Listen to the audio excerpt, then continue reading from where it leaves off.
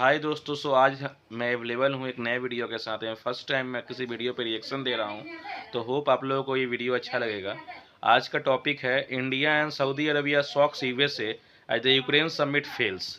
चलिए देखते हैं इसमें क्या है, क्यों यूक्रेन समिट फेल हो गया। इंडिया एंड सऊदी अरबिया ने शॉक्ड कर दिया यूएसए को। चलिए आके देखते हैं। 1 मिनट।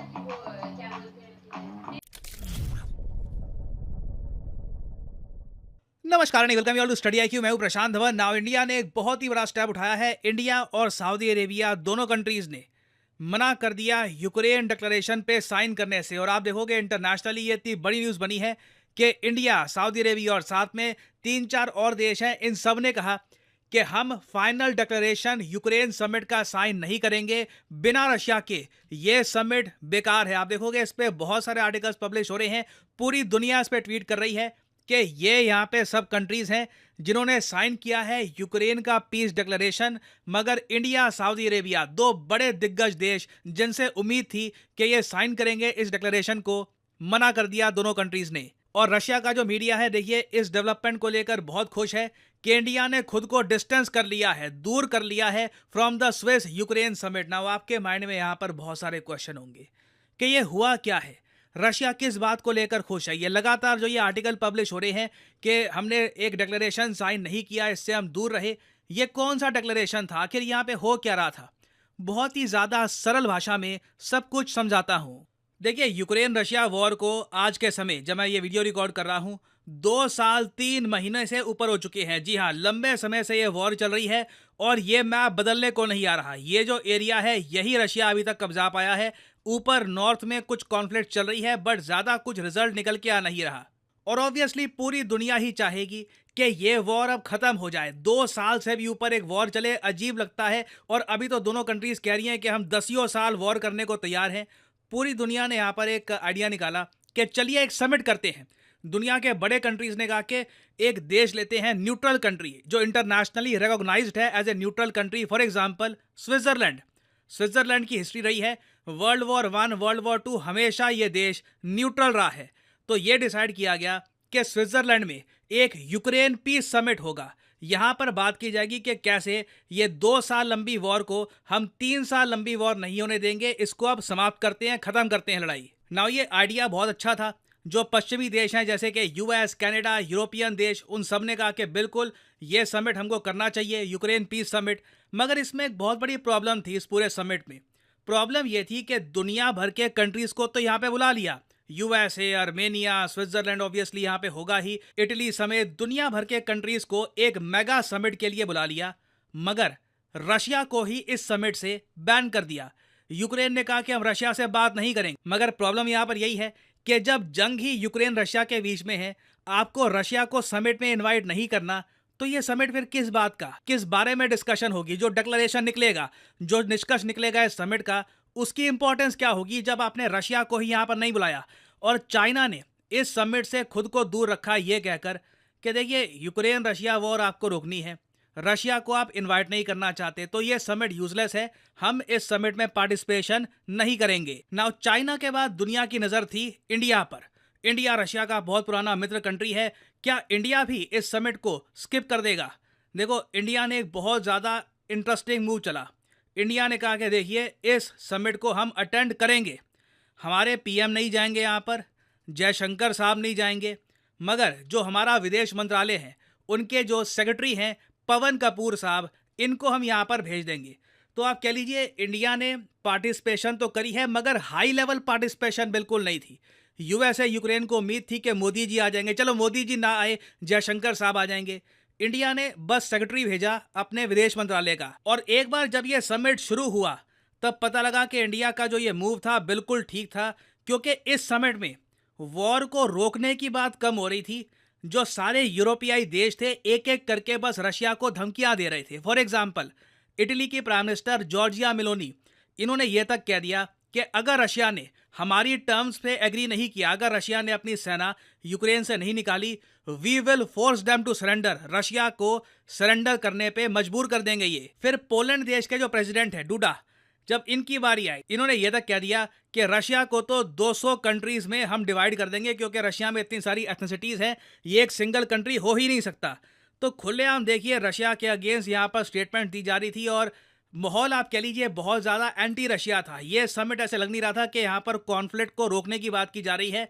कॉन्स्टेंटली डिस्कशन यही था कि रशिया के अगेंस्ट क्या और एक्स्ट्रा स्टेप्स ये सब कंट्रीज उठा सकते हैं। इवन दो इस सब के बीच में न्यूज़ आती है कि व्लादिमीर पुतिन ने अपनी तरफ से एक पीस ऑफरिंग करी। इन्होंने कहा कि जो एरिया हमने कब्जा लिया है वो हमारा, यूक्रेन वादा करेगा कि ये नेटो को ज्वाइन नहीं करेंगे, और कुछ और शर्तें रखी पुतिन ने अपनी साइड से, और ये कहा कि इन शर्तों को मान लो, ये वॉर फिर हो जाएगी खत्म। बट कहीं से भी कोई भी पार्टी दूसरे की शर्तों को मानने के लिए रेडी नहीं थी। और आप समझ सकते हैं ऐसा समिट जहां पर रशिया इन्वॉल्व है नहीं, बाकी कंट्रीज की पार्टिसिपेशन बहुत ज्यादा लो है, इवेंचुअली क्या होगा, समिट फेल हो जाएगा। और हुआ भी यहां पर ये, जब इस समिट का डिक्लेरेशन सामने आया जहां पर लिखा है कि रशिया को अपनी फोर्सेस पीछे हटा लेनी चाहिए, बहुत सारी बातें लिखी है, India, Saudi Arabia, south Africa, Armenia समेत कई कंट्रीज ने इस डिक्लेरेशन को साइन करने से मना कर दिया। और ये कहा इंडिया ने, इंडिया की स्टेटमेंट ये थी कि बिना रशिया के ये वॉर आप खत्म नहीं कर सकते। पवन कुमार साहब जो इंडिया को रिप्रेजेंट कर रहे थे, उन्होंने ये कहा है, इन our view only those options acceptable to both parties, Russia, Ukraine, both parties can lead to peace. In line, we have decided to avoid association with any document emerging from the summit. India ने कहा कि हम किसी भी document से खुद को associate नहीं करेंगे। समिट में कुछ ऐसा हो नहीं रहा जिससे एक जो कॉन्फ्लिक्ट है ये खत्म हो सके। और मैं कहूंगा इंडिया ने काफी हद तक एक बैलेंस्ड अप्रोच अपनाई है। चाइना की तरह इस पूरे समिट को बॉयकॉट भी नहीं किया, और इस समिट को अटेंड करने के साथ ही साथ इस डिक्लेरेशन पे साइन ना करके रशिया को भी मैसेज भेज दिया कि हम आपके अगेंस्ट है नहीं। तो आप कह लीजिए इंडिया ने बहुत अच्छे से बैलेंस किया है इस पूरी सिचुएशन को, और रशिया ऑब्वियसली ये सब देखकर बहुत खुश होगा। यहाँ पे आप देख पाओगे वर्ल्ड मैप, जो भी नीले देश आपको दिख रहे हैं ना, ये वो देश है जिन्होंने यूक्रेन के पीस समिट का डिक्लेरेशन साइन किया है। इंडिया ने, जैसे मैंने आपको बताया, साइन नहीं किया है। चाइना यहाँ पे था ही नहीं। तो आप कह लीजिए अफ्रीका, ब्रिक्स कंट्रीज, कोई भी BRICS country by the way इस डिक्लेरेशन को साइन करते हुए नहीं दिखी।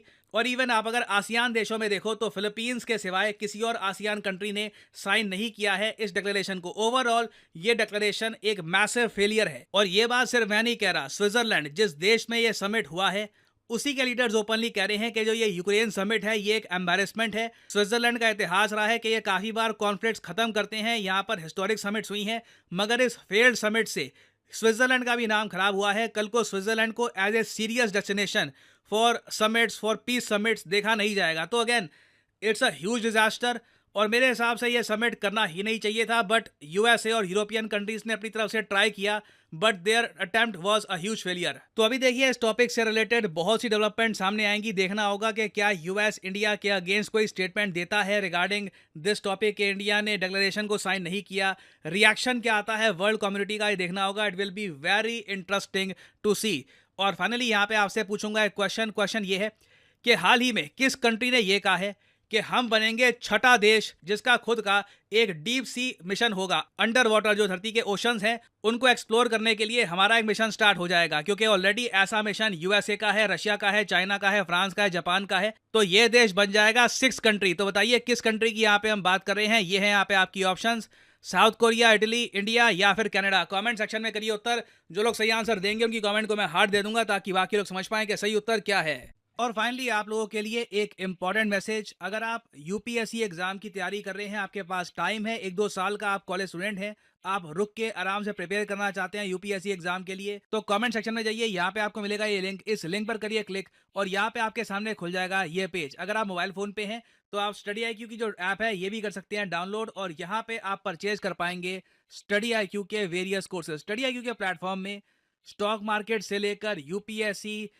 SSC, UPSC optional various courses available हैं। स्टेट पीसीएस कोर्सेज भी अवेलेबल हैं, यहाँ पे आप देख पाएंगे। और जो हमारा फ्लैगशिप कोर्स है यूपीएससी P2I कोर्स, P2I इसलिए इसको कहा जाता है क्योंकि प्रीलिम से लेकर इंटरव्यू तक ये कोर्स आपकी हेल्प करेगा।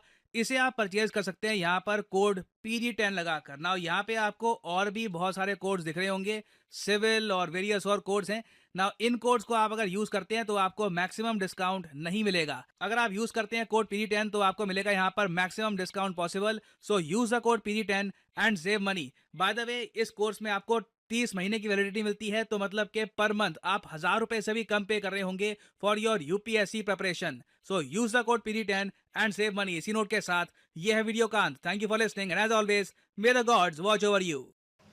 सो दोस्तों, इस पे मुझे यही बोलना था कि ऑब्वियस सी बात है, जब आप लोग डिक्लेरेशन साइन कर रहे हो, पीसफुल डिक्लेरेशन साइन कर रहे हो, तो ऑब्वियस सी बात है यूक्रेन को बुलाना चाहिए था रसिया को। बिना रसिया को बुलाए हुए आप इसका स्टेप ले कैसे सकते हो? आपको स्टेप लेना है तो ऑब्वियस सी बात है आपको बुलाना ही पड़ेगा। नहीं तो ऐसे तो कोई फ़ायदा है नहीं, ऐसे तो कोई फ़ायदा नहीं है। नहीं तो ऐसे तो अपना टाइम बर्बाद कर रहे हो, टाइम वेस्ट कर रहे हो आप लोग। बिल्कुल सही बात है ये। तो दोस्तों, फिर मिलते हैं अगले वीडियो में अगले अच्छे एक नए टॉपिक के साथ।